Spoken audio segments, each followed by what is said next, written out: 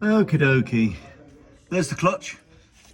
We've got the pressure plate, and you can see there where there's quite a bit of wear.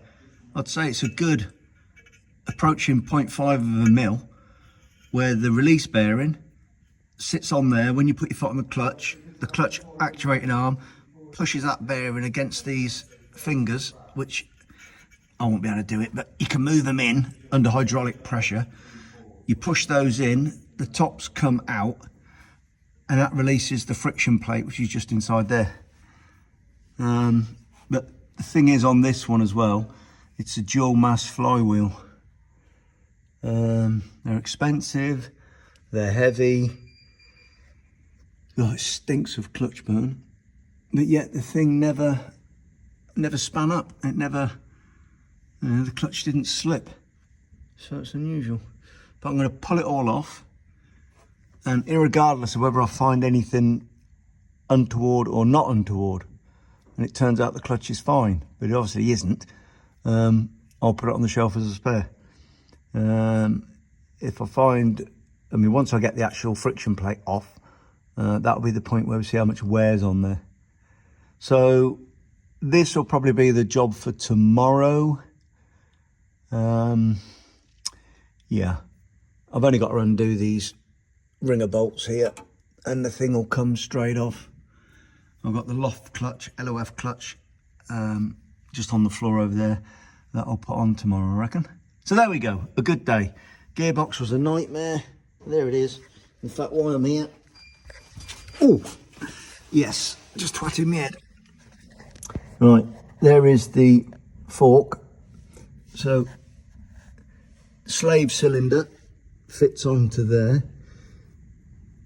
and the prong, the rod, sticks out, and when you push the slave cylinder in, the rod goes inside the slave cylinder, and when you press your foot down on the clutch, the hydraulic fluid pushes against there.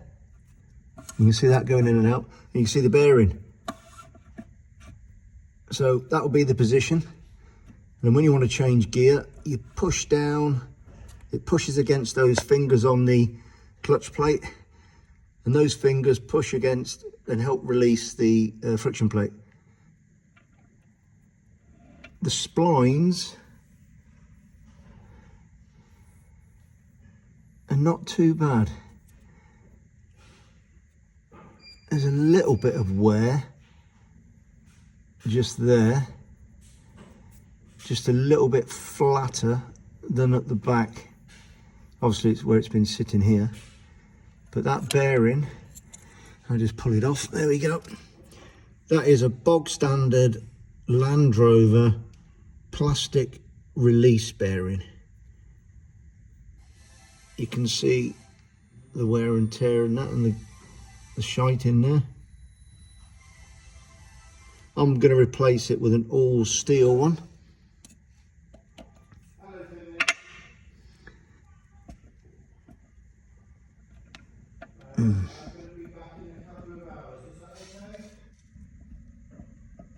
There's a little bit of play there.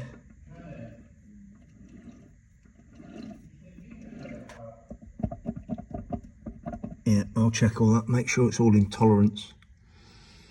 Undo that screw there, take off this cup, and in the back here, the pivot point, as you can see, look, it moves around freely, and that'll come straight off. So I'll put the bearing back on for the minute.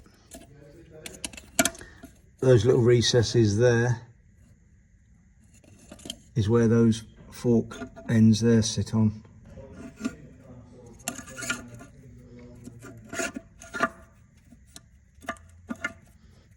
Like so. Anyway, more of that tomorrow.